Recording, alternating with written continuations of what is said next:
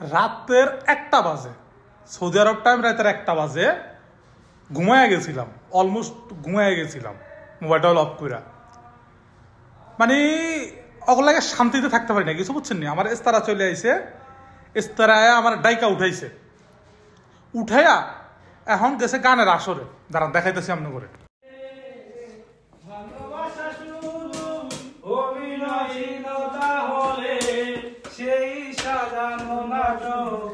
লাইভে গেছে, লাইভে একটা খাইছে সেকা, একটা খাইছে এটা লগে সর্দিত আছে, আরেকটা ওই দেখো।